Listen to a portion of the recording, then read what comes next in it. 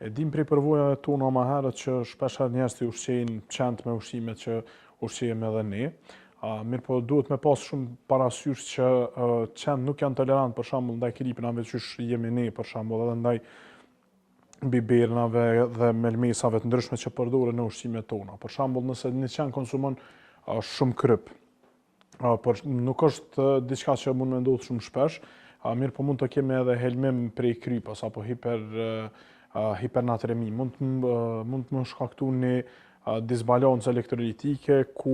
uji del prej qelizave dhe pastaj shkaktohet dëmtim qelizor, ku prej këtij dëmtimi qelizor mund me ardhë deri tek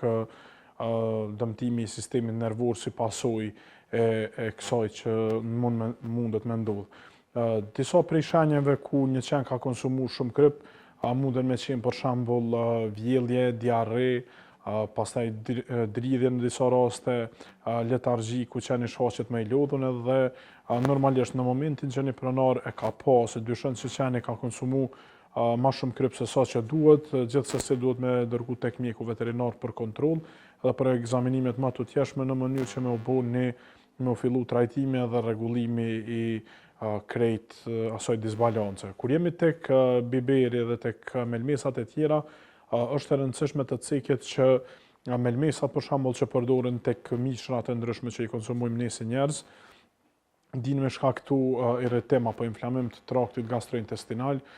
ku jo rrallë herë mundemi me pa vjellje, një diskomfort në pjesën e barkut, qeni ndihet pak ma i lodhun se zakonisht për shkak të djegësimës apo dhimbjes që mund me ndi në pjesën e stomakut, dhe pastaj si pasojë tjetër mund të kemi edhe barkëqitjen ku normalisht të gjitha këtu duhet të rregullohen me konsulta dhe me ekzaminime tek veterinari.